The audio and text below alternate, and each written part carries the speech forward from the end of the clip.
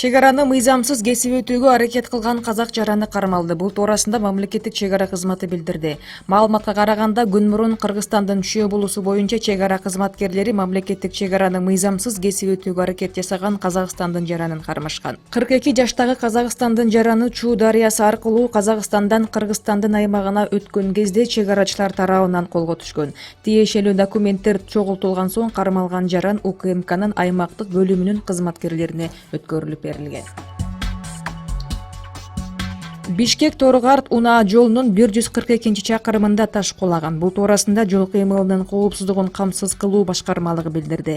Кулаган таш жолдун бир тарабын жаап калган. Жерине автоинспекторлор барып, жол кыймылын жөнгө салган. Трасса жарым сааттан кийин тазаланган. Кулаган таштар унаага тийгендиги айтылды. Жүргүнчүлөрдөн эч ким жабыр тарткан эмес.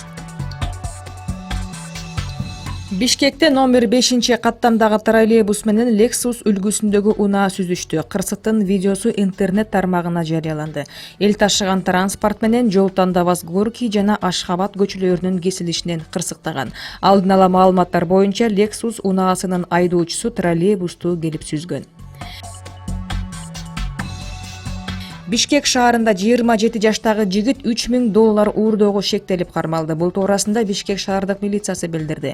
16-июль күнү Ленин райондук милициясына шаар тургуну кайрылып, үйүн белгисиз бирөөлөр тоноп кеткендигин билдирген. Жабырлануучунун айтымында 16-июль күнү бирөөлөр Тыныбеков көчөсүндөгү үйүнө терезеси аркылуу кирип $3000 уурдап кеткен. Бул факты кылмыштардын жана жоруктардын бирдиктүү реестерине каттоого алынган. Бул ишке шектүү катары мурда бир нече жолу соттолгон 27 жаштагы жаран кармалып, убактылуу кармоо жайына киргизилген.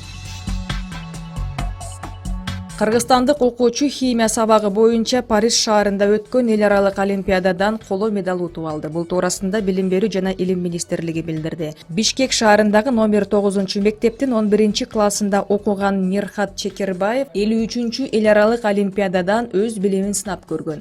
Мелдешке 84 өлкөдөн 330 окуучу катышкан. Мындан сырткары аталган олимпиадага Кыргызстандан Нурсултан Соодонбеков, Эльмар Зикеров жана Бакай Шеитовдор да катышып, сертификаттар менен сыйланган.